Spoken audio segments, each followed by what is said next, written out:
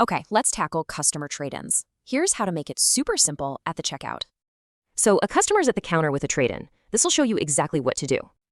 The whole idea is to keep things simple. No more creating hundreds of messy new item codes. And the magic behind this is something called NSTI. Think one code for all phone trade-ins.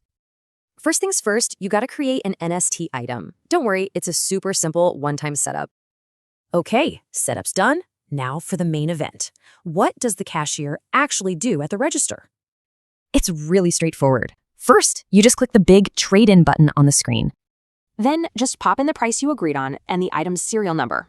Then hit add. And this is where the cool part happens. Your simple clicks trigger a ton of automation.